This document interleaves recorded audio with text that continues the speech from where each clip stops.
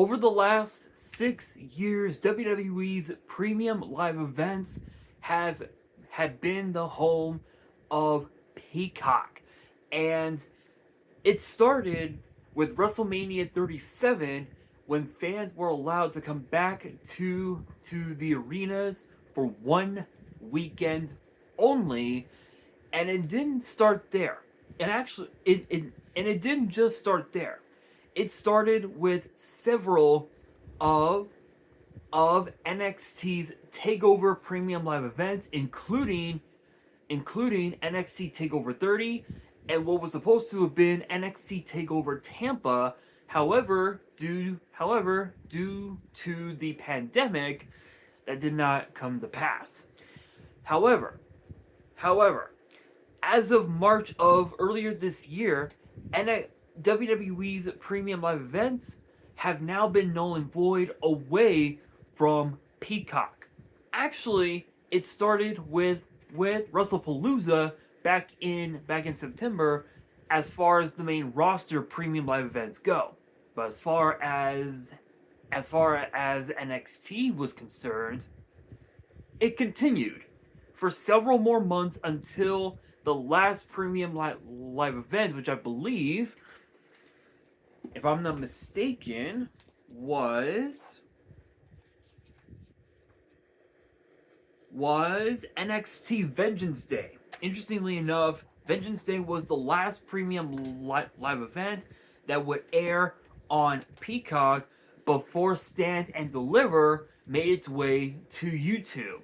Now I did say in a previous video that NXT's PLEs could potentially make its way to YouTube full time. However, that will not be the case, as we have just discovered where it will take place. So, from now on, all of NXT's premium live events will be airing live on the CW. And I know what you're thinking. You're probably asking yourselves, wait, why would they move the PLEs to the CW when there's going to be commercials every 5 minutes? Trust me, I am fully aware of that question, and I'm fully aware of the answer that I'm about to bring to you guys. And the answer is pretty simple. It is pretty simple. There aren't a whole lot of streaming services that will take NXT's premium live events in some form, in some capacity. We know that all of WWE's main roster PLEs,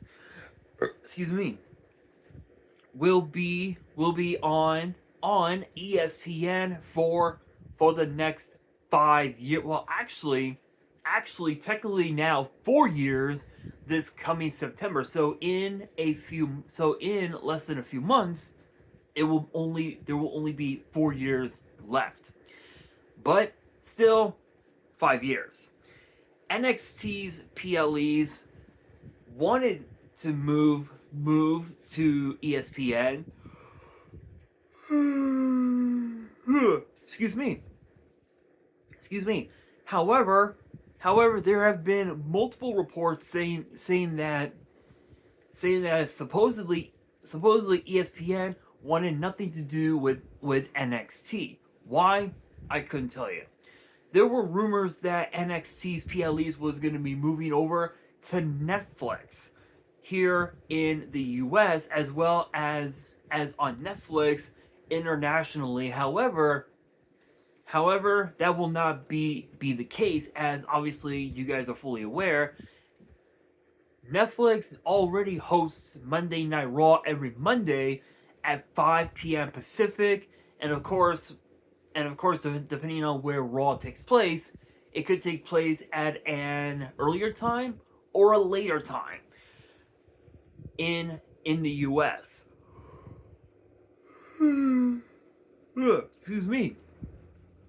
Excuse me. So because of that, NXT was not going to be moving its PLEs over to Netflix.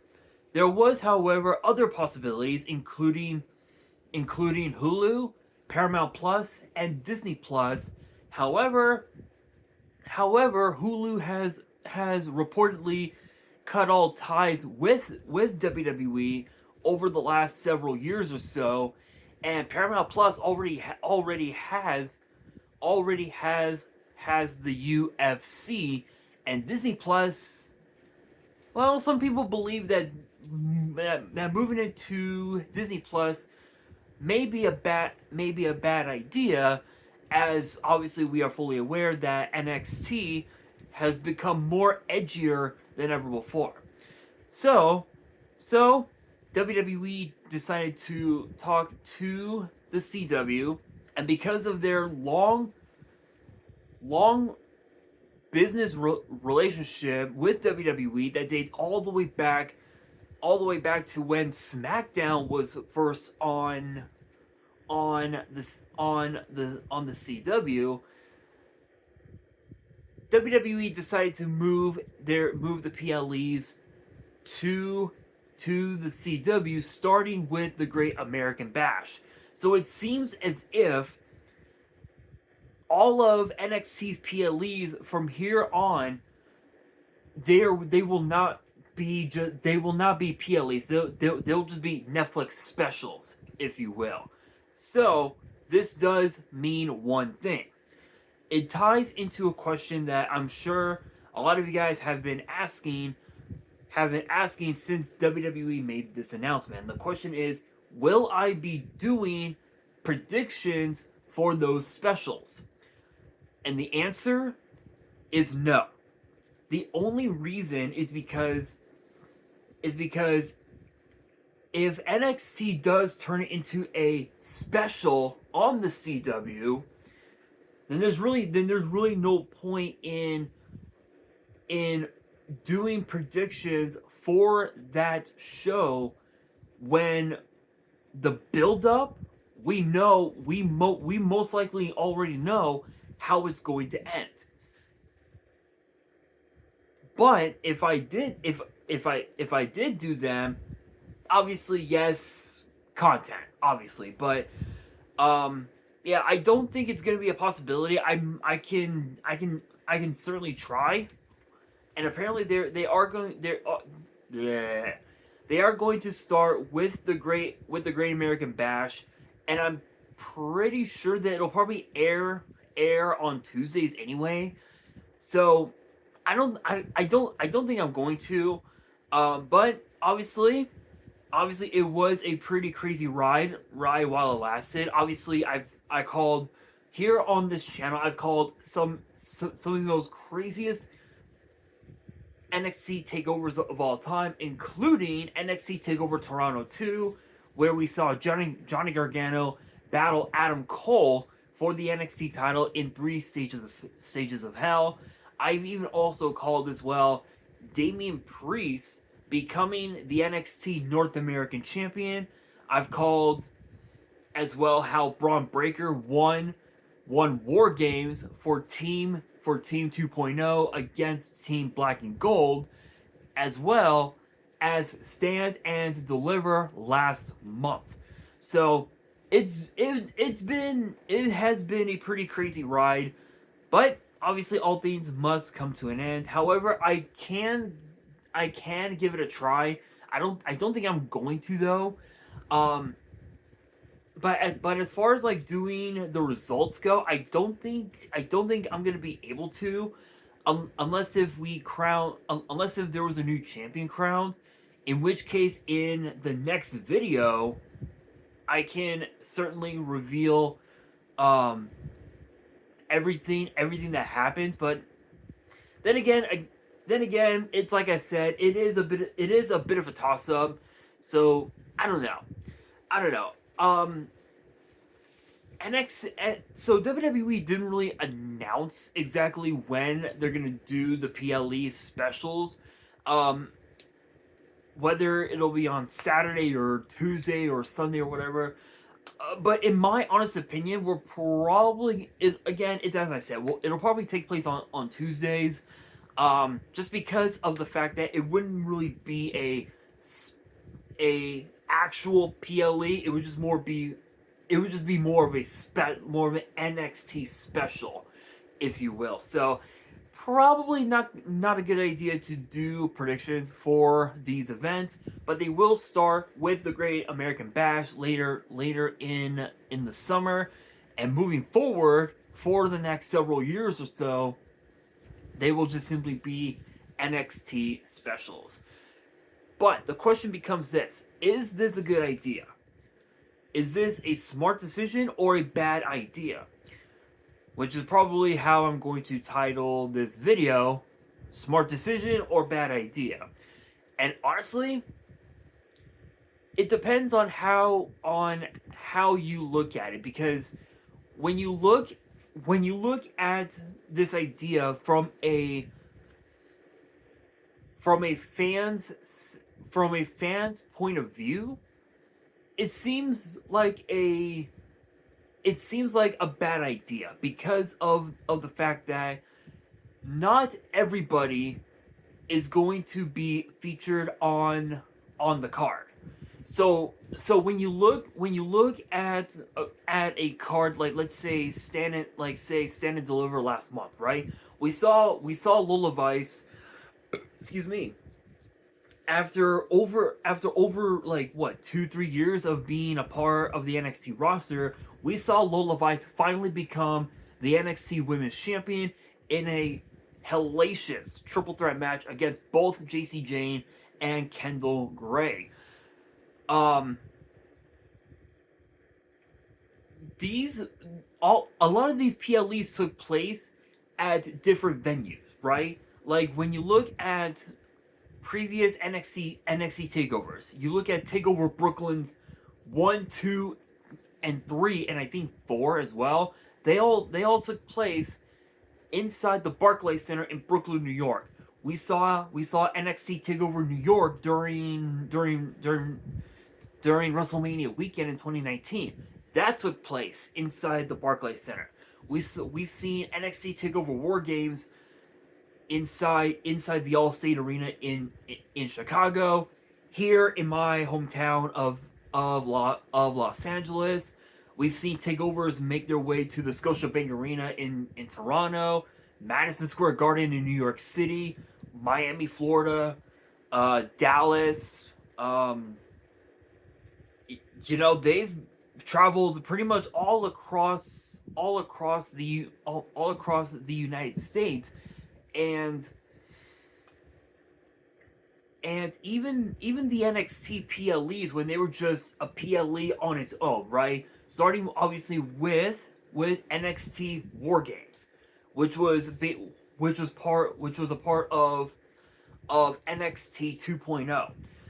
It took place inside the Performance Center in Orlando, and a lot of the PLEs took place inside the PC. Mostly had a lot to do with COVID, because of the fact that there weren't a lot of cities in the country that would allow people to roam the streets freely in any capacity. But over time, yes, there were several PLEs that would take place outside of the PC, which included, I think, Stand and Deliver in Dallas in 2022. We've seen Vengeance Day make its way, I think, to to several other cities, and even also, let's not forget Stand and Deliver last year, 2025, which was in Las Vegas, and even that night became a historic one for NXT. So in the eyes of the fans, it's a bad idea because of the fact that it'll take place in the same venue as all of the other NXT shows. But if you look at this in the eyes of management and those in the higher ups, it's a good idea because of the fact that fans fans who flock from around the world will get the chance to go to the performance center and meet some of their favorites from NXT, whether it's Tony D'Angelo, whether it's Lola Vice, whether it could be Mr. Iguana. Maybe NXT will bring in other stars from AAA, which could include Laredo Kid, the current AAA Cruiserweight Champion, Elio de Dr. Wagner Jr., who is the current AAA Latin American Champion, Vikingo, Flammer, who is the current Reina de Reinas champion, the longest reigning champion of all time. The other two members of Los Toxicas, which I believe is Lady Maravilla, and of course La Hiedra. They could even also see La Catalina, who had an impressive debut this past Saturday on AAA against Jessie something. I can't. Oh my god! I cannot think of her name. Holy shit, Jessie something.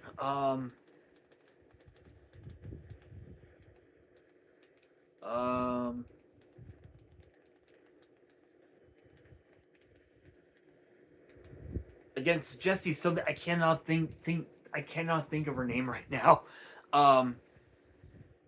Yeah, I cannot think of her name. I think she's from the UK. I think, but I mean, it's a good idea because in the eyes of those in the higher ups, pretty much everything that WWE needs for these NXT specials are already there. The stage is already there. The ring is already there. The commentary booth is there. The fan base is there. So I don't know. It's a bit in my eyes. It's a bit of a toss up, but I think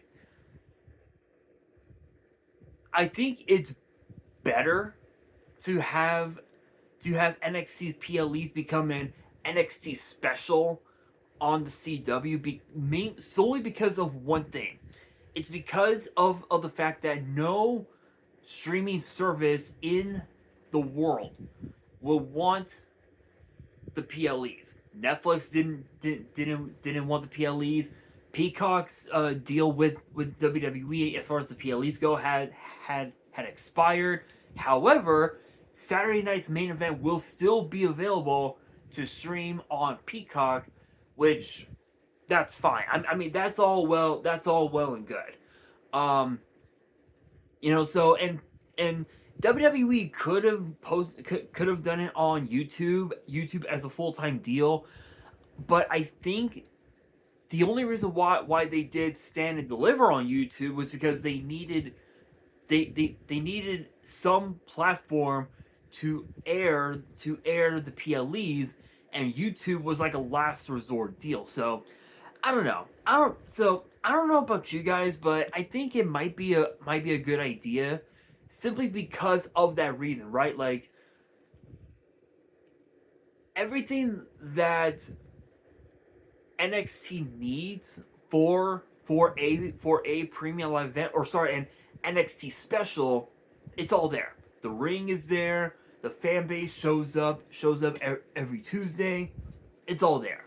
But if you guys think that I'm wrong and you guys have another opinion, you guys can let me know in the comments below.